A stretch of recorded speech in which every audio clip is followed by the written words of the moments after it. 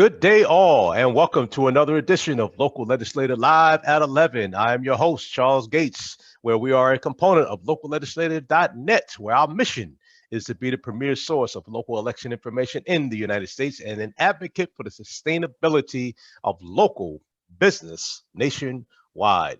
We have a special treat for you this morning, and I know I say that every time we come on the air, we always have a special treat for you. But it's true. We have a special treat for you. Today we have no other than Dawn Brotherton. She is the founder of Blue Dragon Publishing. Good morning, Dawn. How are you? Good morning, Charles. Thanks for having me. I'm doing great for Good. Tuesday. For a Tuesday, you don't do great every day? I try my best. Okay, we're going to jump right into this interview because people out there who are aspiring authors and the like, they are dying to know, including myself, dying to know the answers to some of these questions. So what led you to start Blue Dragon Publishing, and how long have you been in business? Well, it started, I was in the Air Force for 28 years. And during my first duty assignment, I had somebody breaking into my house, messing with my phones. It was very creepy. And my friends would say, "That's such a great story. You need to write that down." I eventually got around to it. I wrote it down. It wasn't quite creepy enough, so I had to kill off a few people. I turned it into my first book. That's the obsession. So I finished this in late 2009. And I was like, okay, now what? What do I do with this book that I have done? And I started doing all the research and looked into getting an agent, would cost, and all the questions, and it would take years to even get it done. And I was very excited about, I got to get my story out there, which a lot of people have that problem. And I said, well, I'm a colonel. I can do this myself. So in 2010, I set up Blue Dragon Publishing, and I went into it just the idea that I was going to publish for myself. And a bunch of people started coming to me and saying, well, you know how to do this. Can you help me? Can you just get me started on the road? And I started picking up authors, but at the time I was still, active military, doing my thing. So I said, okay, I'll help you, but there's some limitations. And then when I finally retired in 2016, I started taking some marketing classes, doing a lot more online seminars, getting a lot more involved, and started picking up more and more authors. So now I have over 30 authors with me. Wow. That is quite interesting. Now, we've heard of indie publishing and Blue Dragon Publishing and self-publishing, and there's so many different blank publishing options out there. What are some of those different options for aspiring authors? Overall, there's 4 basic types of publishing there, and it runs the gamut. So there's vanity press all the way up through traditional. Vanity press, you want to avoid at all cost. They're the ones that charge you a lot of money, do absolutely nothing for you but print it. And they put their stamp on it. And then you can go, I'm a published author. They tend to prey on people that are in a hurry and older people. So there's obviously a market for that because people still do it. But I would highly recommend to avoid it at all costs. You might as well go to Kinko's and print it yourself. You'd be much better off because we're talking tens of thousands of dollars. Okay. Traditional publishing is the way that most people think of it. With you get an agent, go to New York City, you're talking HarperCollins, Random House, all the big name publishers. That is absolutely fantastic, and it's a lot of people's dreams. The idea of traditional publishing is you do all prep work, obviously, and then you get an agent, go to New York City and make millions. Very few people actually do that. 95% of all authors have a day job. So just keep that in mind. It's because they're not all hitting it big. The ones like Stephen King and J.K. Rowling, they're like throwing the curve for all of us. So a step up from vanity self-publishing. There is absolutely nothing wrong with self-publishing. And I know I watched when Amy Voltaire was on your podcast and she talked about that. She quoted me. I was so proud of her. But there's nothing wrong with self-publishing as long as you treat it as a business. You pay for an editor, you get a good cover artist, you set up your accounts right. The self-publishers that finish the book on Friday night and put it up on Amazon Saturday morning and say, yes, I'm a published author, give everybody else a bad name. Because when you read their work, you find so many mistakes and it gets frustrating. And then the consumers start to doubt the validity of, well, why should I buy Kindle books or whatever books? Because this is the quality. There's no quality control.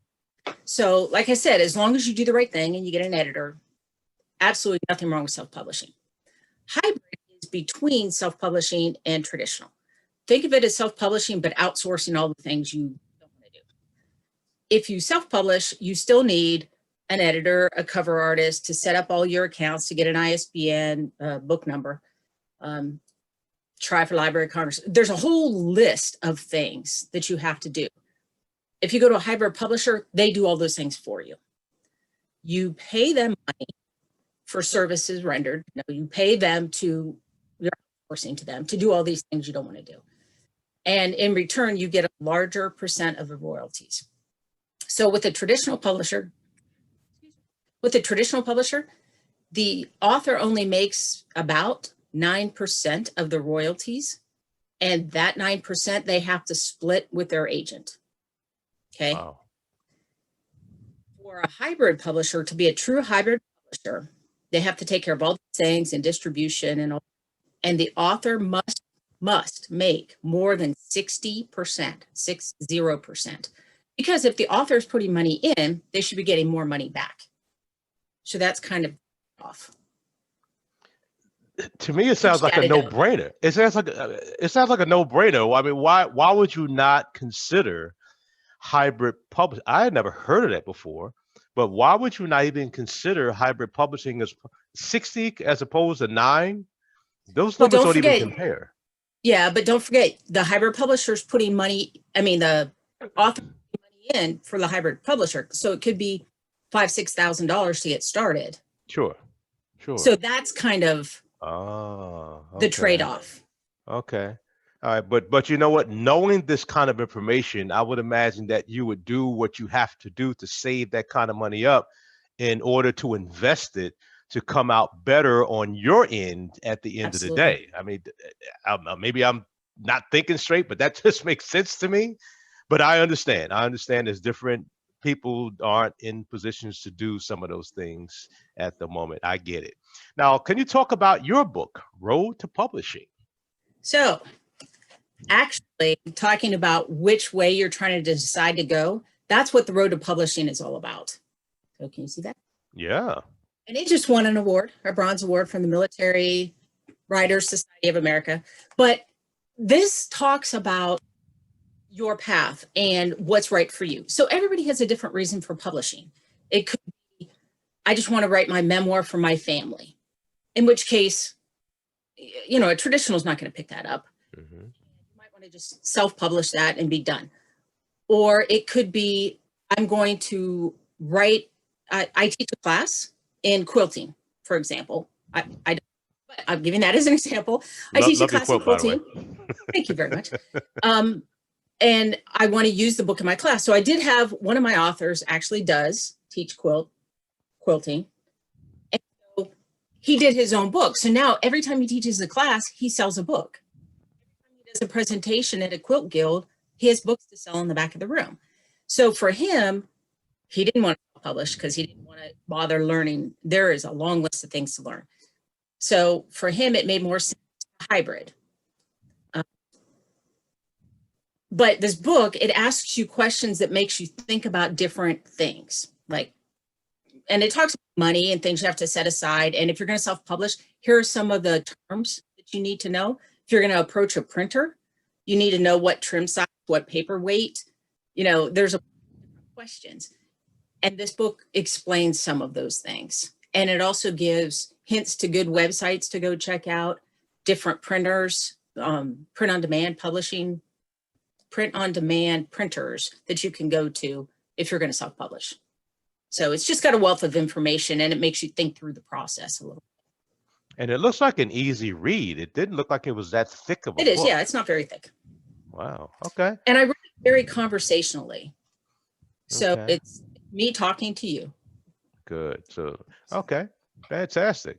Now, what are some of the challenges when trying to publish your project? Most people, when they think, oh, I'm just going to self-publish, they think, oh, that's free. Nothing's free. So self-publishing is not free. It's just you're doing all the work for it. So yes, it can be a little less expensive, but you need to pay for an editor. And an editor, depending on who you get and what kind of editor, but what I tell my people to budget for is 2 cents a word.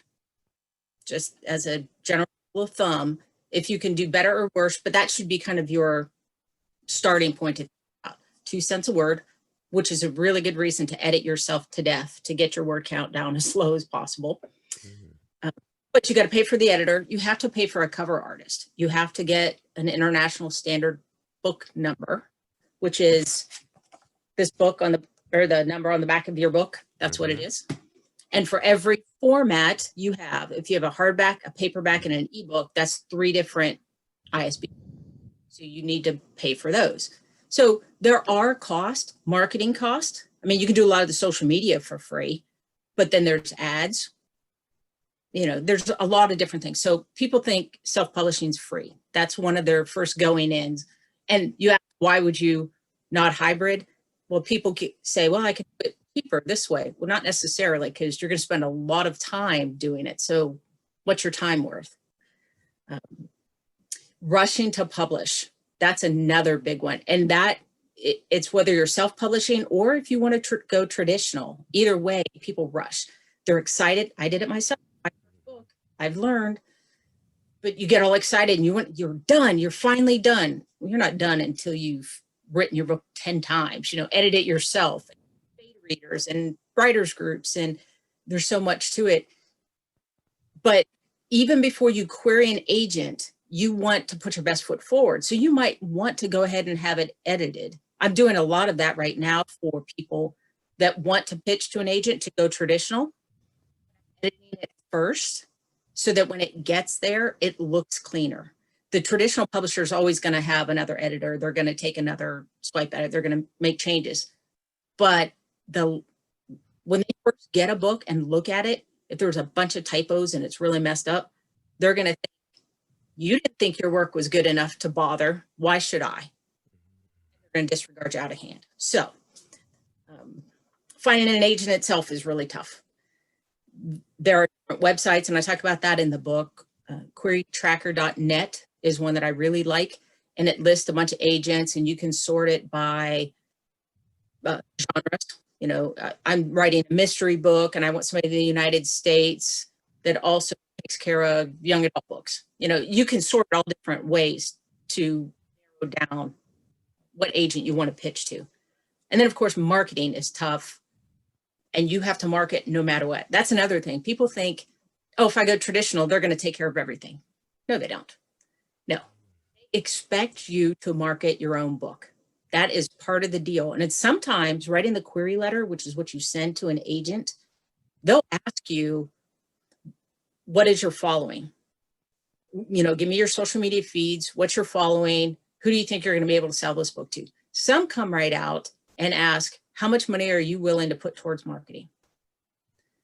So they're looking for people that are very serious about this and want to make it a business. And a lot of writers want to hide behind their keyboard and just spit it out and just write the book and get it out. Until you're famous, you can't really do it. At the beginning, you have to be out there selling yourself. You have to be going to book signings and doing podcasts or to get out in front of people. So there are a lot more challenges, but I won't keep going. That was really interesting to hear. I had no idea it was. Well, you know what? Maybe that's the reason that I personally know a few people that I can think of off the top of my head that if you were to go to their houses right now and venture into their garages, there are stacks and stacks and stacks of boxes with their published product in it. Maybe the fact that they didn't quite understand the importance of marketing is why those books are just stacked up there and they're willing to give them out for free just to get rid of them at some point. Yes. Very Sounds like they didn't think it all the way through. Right. Well, this is why we like having this show and having people like you to help people like me before I go down the wrong road, because I would like to write a book too, but I know based on the feedback from so many people that if you're going to do it, you have to do it right, or don't waste your time and you become frustrated with the process. Hmm. Okay, to And you our want to do it right the first time so that right. when your second book comes out, you know, they don't want to read your first book and go, oh, that was horrible, and then never pick up anything by you again. So you Mm. first time. Good point. If it's good the first time, they'll be waiting for your next book to come out. And if not, Right. and vice versa, if it's not good, oh, that mess, that first one was a disaster. I'm not even interested. Oh, good point. Good point. To our viewers out there, if you like this interview and would like to see more like it, make sure you subscribe to our YouTube channel, connect with us on Twitter, Instagram, and like our Facebook page. And most importantly, leave us a comment to let us know who or what you would like to hear from in the future. We will do our best to get that person or that organizational representative on the air as quickly as possible to share that information with you. Now, Dawn, can you share a few success stories of individuals or businesses who have benefited from using Blue Dragon Publishing? Sure, I would love to. I know When you would. when I first started, I warned you, I talk a lot. I am not like most authors. A lot of authors are inward, not me. I am such an extrovert, it's crazy. So when I was still in the military and just helping people start out, I had an author came to me and she was writing a marketing book. Her intent was just to give it out as advertising. So she was going to go give a pitch to a company to hire and then leave the book behind, because that is another good reason to publish. Publishing kind of gives you a, whether it's right or wrong, it gives you a stamp of approval. You know, it makes you more an expert in your field. People see you as an expert in your field if you have a published book. Okay, so she came to me and she wanted this as a leave behind. And she did this marketing book, Multicultural Marketing.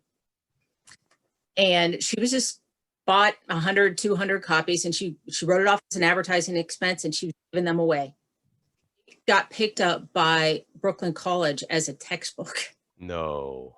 Yes, they reached out to me and they said, we want to cut, you know, to put this in our college bookstores, and it's going to be required for these classes. And I'm like, okay, before. So, you know, we went through that together. So that was really exciting. And I've had a couple people reach out to me since then, professors that want to get copies of this book. So that was very exciting, an added bonus for her. Sure. Then I have another lady, her name is Susan Custard, and she teaches classes for the military, actually for government service, GS service in the working with military, on human resource stuff. And she did this whole Managing Days series. She has 3 books out now. But again, she's one of those people that every time she teaches a class, that's 100 people. And the book is required reading. Wow. Sold 100 books. Sure. So when she's going, and she travels all around the world. So she'll say, Denver next week, here's the, well, a couple weeks from now, here's the address. I just drop ship the books to her where she's to be, and she can do her presentation. That's another one of those where hybrid makes a lot more sense than traditional, because she makes so much more money off of hybrid press than she ever would off of traditional, off that 9% split with the agent. Mm-hmm. Very interesting indeed. Now, COVID has affected every aspect of living on the globe. How has that affected your business? When I first started Blue Dragon, like I said, I started it just for me, and then it grew. And then I started taking on other authors, and I became a hybrid publisher. Since COVID, though, I've kind of backed off again. I'm going back to what I really love, which is just helping other people get published. So I backed off to publishing services instead, which basically means people come to me for a specific thing. They might just want editing. They might just need help setting up their printer account, and they're not sure how to do it. And they just pay me per minute. What do you need help with? I will help you with that. And that's all. So I only give them what they need and what they can afford to pay for. Okay, And now that price tag that goes with a hybrid publisher.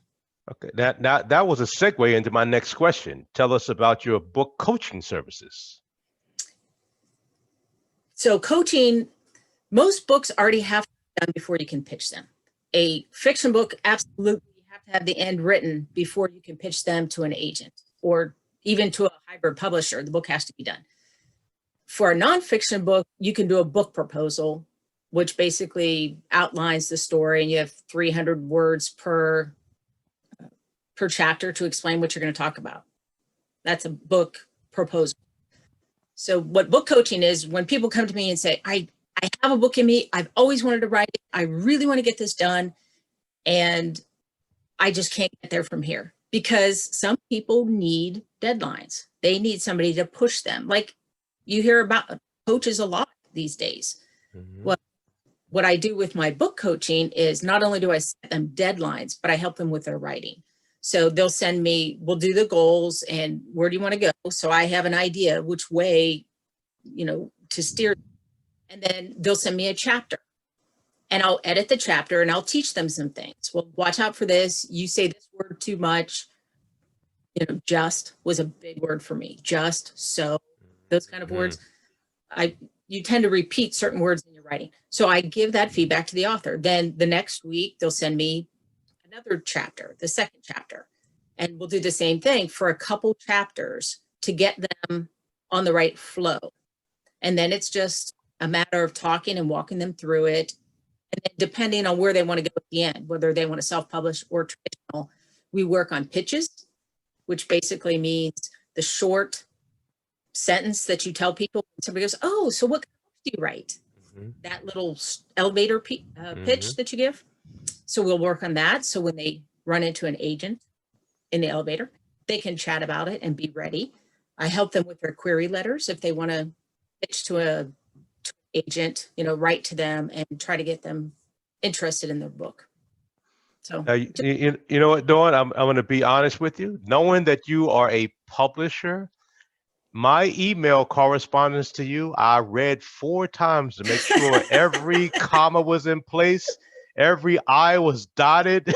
The periods were there strategically. I said, she is not going to edit my work and say, look at this fool, and look at the words and the mispronunciations he's using even in an email. So I was very meticulous in my email. I hope I got your seal of approval.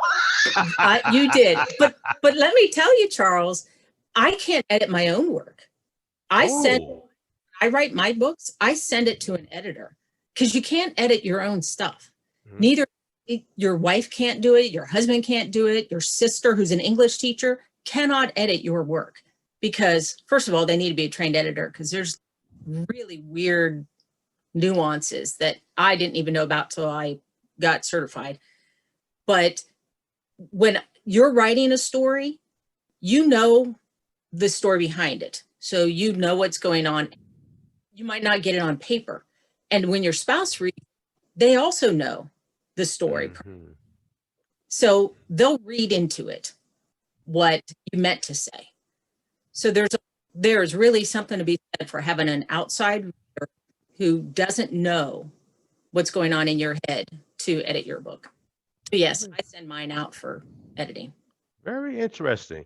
Now, speaking of books, you also have other books that you've authored. Can you tell us about those? I did. So I told you about The Obsession. And in that one, it's my stalker story with some murders. The stalker part, their murders or not. Okay. In the second one, Jackie goes off to Germany. She's working for the Inspector General's office. And while she's there, there's a plane crash. It looks very similar to a scenario she wrote for an exercise. So she gets blamed for it and has to figure out who did it to get OSI off her case. You've heard of NCIS, right? Sure. Oh, yeah. You know these things. Mm-hmm. So OSI is like NCIS for the Air Force. This series I'm very excited about. I started playing fast pitch softball when I was 9 years old. And then I coached, I umpired, I played travel ball, played in the slow pitch in the Air Force for a little while. But then when my daughters came along, my husband started coaching their teams, T-ball and all the way up. Mm-hmm. Well, we came up with a middle grade series called The Lady Tigers. And The Lady Tigers is about a girls' fast pitch softball team where the girls learn that being part of a team is what happens on the field. There are so many books out there right now with boys on the cover for sports. My daughters and I wanted something with girls on the cover. So this one actually was written by my daughter when she was in 10th grade. Is that right? Esteem. And she felt she was a lot closer to that issue than I was. So.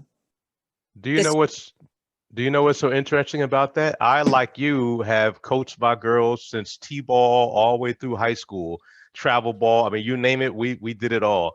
How I wish you would have had those books available to give out. I'll tell you now, I would have given them to my entire teams every single year, because I'm a big fan of believing that team sports will carry you throughout life and teach you those social skills that so many of our kids just don't, they're just missing nowadays for whatever reason. But anyway, my last question to you, Dawn, how can we find out more about you and about Blue Dragon Publishing? Well, I will be at Yorktown Market Days on the 31st of October. So on Halloween from 9 to 3, they're doing a special market that day. And Yorktown Market Days, if you don't know, it's right on Water Street, right along the water. It's beautiful. So you can come out, meet me in person and ask direct questions. And then on the 7th of November, I am doing the Rappahannock Writers Conference. Rappahannock Writers Conference. It's being run by their library and it's online. So I'm one of the speakers there. But of course, you could always reach out through my website. It's very simple, bluedragonpublishing.com. And then if you want to write to me directly, it's just DAWN@bluedragonpublishing.com. I also have my author website, which is Dawn Brotherton Author. And make sure you send all those to me so we can put them in the show notes after our conversation, so people can get in touch with you, find out how they can become authors, find out how they can use your services. Well, Dawn, it has definitely been a pleasure talking to you. Thank you for enlightening us and giving us the information that we need to take our lives to the next level. And I wholeheartedly believe in what you said earlier about being a published author gives you that validation that you need, and it describes you in some circles as the SME. And as a military person, I know you know that that's subject matter expert. Being a published author is perceived as you being that subject matter expert in your field. Absolutely. So thank you so much for being here. And to our viewers out there, remember, this is Local Live. This is Local Legislator Live at 11. I'm your host, Charles Gates. We do come to you live most days of the week at 11 o'clock. We're going to be consistent with whatever days we choose, but we just haven't gotten to that point yet, but we will very shortly. But be looking out for us. Follow us on our socials where you can see people like Dawn. And don't forget, November 3rd is Election Day. And leading to Election Day, we are still doing our Raw Candidate Interview Series. They're not being shown live because there's too many people running for local offices in the Richmond Metro and the Hampton Roads area. However, we are giving every one of them, every incumbent and candidate that are just running for a local office, the opportunity to be here and be interviewed so you can become a better informed electorate. They're not being shown live, but they are on our YouTube channels and all of our socials. So make sure you check that out. And lastly, remember that we're not global. We are local. We are Local Legislator Live at 11. We're with our guest, Dawn Brotherton. And Dawn, thank you so much for being here. And I just had to show this to our audience out there, that the guest that she was speaking of, Amy Voltaire. Yeah, Amy Voltaire. How could I forget Amy Voltaire, especially with a book sitting right in front of me? It's because you're still thinking about me. I get that. It's fine.